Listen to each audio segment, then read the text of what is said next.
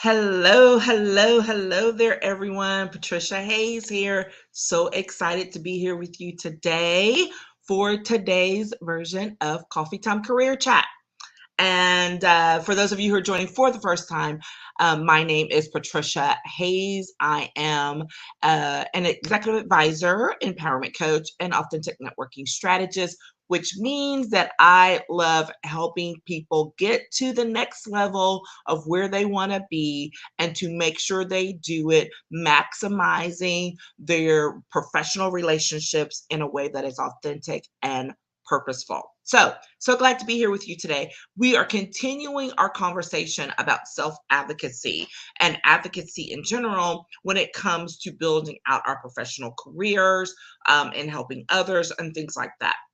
And last week, I believe we started talking about self-advocacy and speaking up for yourself specifically. And now we're going to continue that conversation because we're going to talk about it in terms of doing it at work. And I understand that this probably makes a few people hyperventilate. You're like, yeah, no, that's not going to happen. That doesn't work. That doesn't look good. And it's like, it can be done. It has to be done sometimes. And so you might as well get prepared for it so that you can be ready for when it happens. Because at some point in time, you're going to need to speak up for yourself. And if you don't, you're going to regret it or pay the price for it down the road. Okay. Because there is a price to be paid when you don't speak up for yourself in the workplace, in your community, in those things that you're involved in. All right. There is advantage to it. Most of the time people focus on the negative piece, right? Especially when they think it's confrontational. Speaking up for yourself does not have to be confrontational. Hello, that's a perception. It also, when it thinks it's like, oh, I'm going to hurt someone's feelings. Well, yeah, sometimes that happens, right? But that still doesn't negate the fact that you should speak up when it's appropriate and when it needs to be done. Okay. So a lot of times, a lot of this is a lot of mindset stuff that we're not going to get too deep into here today. Those are for some other conversations we've had, but recognize that you do need to check your mindset when you are engaged in making a lot of excuses about why you cannot speak up for yourself, when in actuality, we need to be thinking through why I should and why it's necessary as a part of my professional growth. Okay, here's a reality of it. Speaking up and being an advocate matters. It matters because it's very empowering. It gives you the confidence you need to move forward. It helps people to respect boundaries, maybe where there weren't any before. And ultimately, it is the sign of someone who's growing into being a leader. Okay. Leaders know how to influence people. And part of influencing people is being able to motivate, inspire, and guide them. And we guide people by our actions every single day, the actions we take as well as the ones that we do not take. All right. So I want you to be mindful of that when you're thinking about this whole speaking up for yourself at work piece. I have tons of stories of where this has happened throughout my professional career. I may drop in a few here or there. Some of them you've heard before, maybe. Some of them maybe not. But the point of the matter is you have to start somewhere. I know and that's the first one, start small, okay? And it's something that may be small to me, may not be so small to you. So, it's all relative. Don't say, don't base it on what someone else defines it. This is what works for you. Okay. Remember that piece about being authentic to yourself and being true to yourself while you're speaking up. And that, what works for one person doesn't have to work for you, may not work for you, very well may not be. It could be disastrous. All right. So be mindful and respectful of yourself. Little note here, my brand new coffee, my brand new mug. Y'all love this. I love it. I went to YWA event this weekend and spoke. It was so awesome. So that's my shout out to the Austin Young Women's Alliance. Okay. So here we go. When you're starting small, the point is It doesn't have to be some big fantastic thing. All right. Um, it could be as simple as correcting someone when they misspeak, or misrepresent your work or something you said in a meeting, right? This can happen. I mean, hello, we're doing a lot of this and via, a lot of communication via email and virtual. So you want to be extremely mindful of how your words come across, especially when you write them down. But that doesn't mean it shouldn't happen. Okay. But when you're in a virtual meeting or when you're in an in-person meeting, whatever, if there's something that's said and they're like, oh yeah, Patricia said blah, blah, blah, blah, and this last thing, and it's a little off or it's something that's not quite right, then you can say, oh yeah, thanks, Sam, for mentioning that. I just want to say a little bit of a correction because what I meant by that was X, right? Do you see how that flowed? That's something that you can do, all right? Um, whether it's verbally, whether it's, one-on-one or in a group. And yes, I say start small. This is because you have to recognize when it's happening and when you have an opportunity to speak up on your behalf in a way that will, what's the way? Be supportive. Right. So this is not about getting out there and trying to be, the superstar or something like that. That's not what I'm talking about. But I am talking about there are way too many times, especially for women, when we're in meetings and someone will go and speak up, say something that's not accurate or that leaves off a part of the story or that, takes an idea that you put out there, right? Those are the ones that start getting a little bit tougher, but they're also very easily fixed by just making a simple statement. All right. I know when I was a baby lawyer, my first job out of law school, I was representing teachers and it required travel around the state. And it required travel at night. And oftentimes I was traveling alone. So I was this, late 20s, early 30s, Black female driving across Texas and doing hearings in local school districts in the evening representing my clients. Well, here's the thing is the guys, because they had all the, majority have been men before, lawyers, they would get in the car after it and drive home. And I was not comfortable with that. There were a couple of situations in particular. I was like, I need to go stop somewhere. I'm like, I was scared to death getting in the car, driving home after, a hearing that may end at 9, 10 o'clock at night. And sometimes I may have like a 2, 3 hour drive ahead of me. Right. So after one of those moments when I was extremely uncomfortable, I went to my boss and I said, hey, I cannot do that anymore. Or is there another option? Because I am not comfortable as a young Black female driving at all hours of the night alone. And they were like, oh my gosh, why didn't you say something, sooner? And it was because it hadn't clicked and because I hadn't said anything. But the moment I said something, boop, not a problem. Let's go. What do we need to do? Shifted my budget as a young lawyer to allow for me to spend the night when I needed to, when something came up late or whatever. I had the opportunity to be able to find a safe space, find a hotel room, spend the night, and get up and come in the morning. Right? All I had to do was say, all I do was speak up. Okay. Those are the moments that I'm talking about. Right? There are others where, as the baby lawyer, sometimes it's kind of like getting shoved around. It's like, oh, you don't have to, well, you have to do it this way. And I'm like, really? Who said that? I don't recall that. Right. And questioning is a great way because sometimes that's a thing, right? Where you're just asking a question in response to an action that's being taken. And sometimes that's enough to put someone back or to step aside because they recognize maybe that wasn't quite true. Maybe they were trying to manipulate you. We'll talk about that in a second, whatever. But you have to start small, start somewhere if you're not already doing it.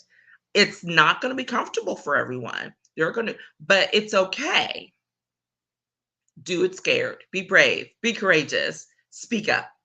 All right. Start thinking about where those moments are. I highly recommend, y'all know I love my journaling piece, but I highly recommend that you take some time to reflect on where those opportunities are for you.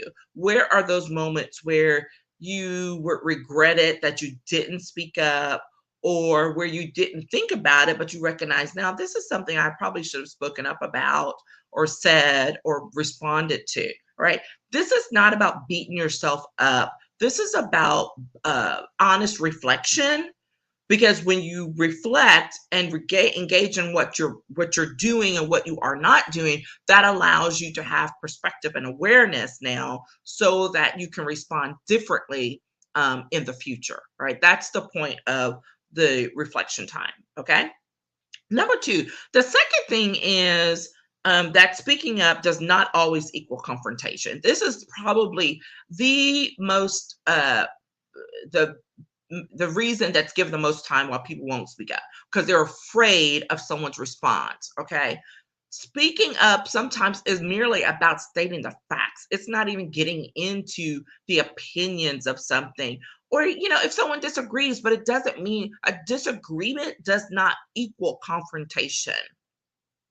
Voicing your opinion that's contrary to another person does not automatically equate to confrontation. Okay, especially in the workplace. Now, here's where most people get taken, especially women, is when you're dealing with bullies, because the reality is that there are bullies in the workplace, bullies in your industry, especially if you're a female working in a predominantly male field still to this day. There are people who will bully you. Next, bullies generally are pretty easy to spot. The next one are the ones that are harder, right? The manipulators. They're the worst. These are the ones who will smile and whatever. And then you get public with someone, they're just kind of massage things a different way. And you're like, what just happened here? Right? They say something different. They act differently. They try to put you in a spot, put you on the spot, right? And so, but even that, it doesn't necessarily have to equate to a confrontation. If you're dealing with a situation that's relatively factual, you can be like, oh, yeah, thanks for reminding me of that. As I recall from the meeting that we had, here was my recollection of how things went down. Okay. It's not always going to be easy. I'm not saying that. So speaking up for yourself doesn't have to be easy. It also doesn't have to be a confrontation every single time. This becomes when you start using your judgment. Remember, I talk about, being open and going with your gut. Like a lot of times we know it's like, that's not right. Something's not right there. Right. And being respectful of that and listening to yourself and having that discerning spirit and that discerning mindset where you can recognize where something's going awry. And it doesn't necessarily mean that you're going to have to jump up and be like, oh, that's not right. It could be, you know what? Let me marinate on this. And then you give a response. Or maybe it is something that's more difficult that we'll talk about in a second, and it's going to require a little bit more. But it doesn't always equal confrontation. And that is the key thing that we have to move away from, because otherwise there are people who will never speak up for themselves because they consider every time that there's an opportunity to speak up as it's going to be confrontational. Therefore, I am not going to speak up. It takes practice, which is the third point. If you do not practice speaking up, you are never going to be able to learn how to handle not just those simple situations, but the more difficult ones. One of the things you can do while you're practicing is observing how others respond to things in a meeting. When you see someone else that's correcting, that's being corrected in a meeting or in an email, recognizing those things where you're like, yeah, no, that's not good. That's not healthy. That's not a great response, right? And acknowledge that that's not how I would want to respond, right? This is how you practice. This is how you grow. You observe, you have conversations, not stirring up mess, but just say, hey, I noticed some things going on. Like, how would you handle a situation that looks like this, right? These are opportunities for learning. Okay.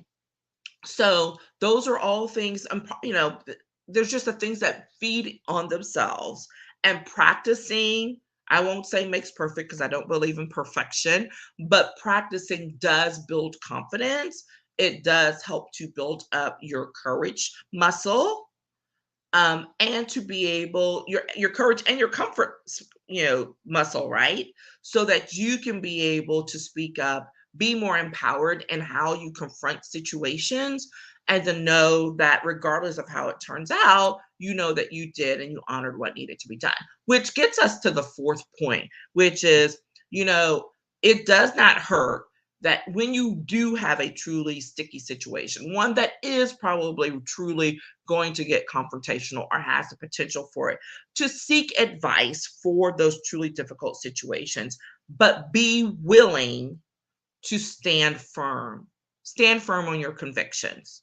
All right. This is part of being an advocate for yourself, is recognizing when something's going on, recognizing when a boundary is crossed, recognizing when there's been some level of disrespect shown or lack of acknowledgement about something, and then speaking up about it and standing firm on it. Right. Again, it doesn't have to be nasty and all of that. Let that be someone else's response. I know I've dealt with several situations in recent months that I would have preferred not to have to deal with. Let's just be honest, right? There are a couple I'm thinking of right now. I was like, oh crap, when they came across my desk, and I was like, this is not what I want to be doing. But I had to suck it up and make it happen and do the right thing to respond accordingly. And it was not popular decisions. There were not popular decisions. They did not all turn out hunky dory. Nope, did not. Makes me sad, but I stood on my convictions and doing what I knew needed to be done. That wasn't just an advocacy for myself, but it ended up being some advocacy for others involved. And we'll talk about that next week.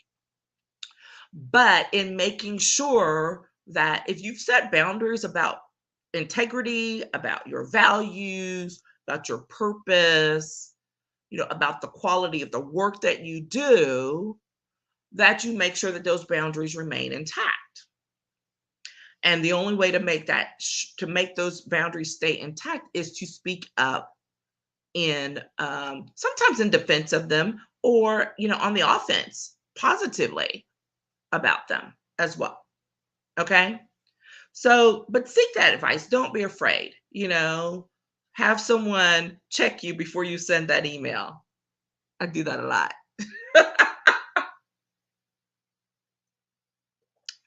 The old trick of write the email and let it sit in your inbox for a few hours or even overnight before you hit send. Okay. There are all types of things. Talking to other people who have a more objective viewpoint, right? If you have an accountability partner, if you have a coach, if you have a mentor, reaching out to those people or that person, confident and with confidentially, of course, depending on the situation, to get another perspective, so that you can respond in a way, again, that hopefully will allow for a sound and good result. But the point is to speak up, to be prepared for the next opportunity when something comes up. Because again, every time you exercise that muscle, you get stronger. It gives you the skill and the ability that you need in order to do it for the long haul and to build up for the next challenge that comes your way. All right. So you don't want to be hampering your ability as a future leader to address difficult situations. So start practicing, start engaging now, being more mindful of those opportunities, being more mindful of those situations, looking at, are there certain situations that maybe you're contributing to happening because you're not speaking up earlier in the process? Like there's all kinds of things to be learned from this. All right. But the point is that speaking up for yourself at work does not have to be taboo. It should not be taboo because we all have to do it at some point in time. It is absolutely necessary. When you have to bring in a third party to keep things from getting too heated, sometimes you got to do that. When you got to have a meeting with the person with the door open, I've done that before. With an assistant sitting outside, like, I'm gonna need you to stay till this meeting's over. Okay. So there are all kinds of strategies, all kinds of ways to approach it. But my main point here is to remind you that you are worth the effort of speaking up for yourself in your workplace, in the work that you do, whether it's in the community, whether it's in your business, ultimately, even personally, because those things feed over into each other, right? So I encourage you to think about that. Give some thought to it. I'd love to get your feedback on it and hear where your challenging points are. So maybe we can do a little follow up. I'd love to hear from you about that. Okay. So that's what we have for today on Speaking Up for Yourself, part 2, when you're learning how or considering how you need to speak up and be an advocate for yourself at work. Thank you so much, everyone. Take care. I look forward to seeing you for coffee next week, and we'll keep things going. All right. Take care, and I'll talk with you again soon. Bye.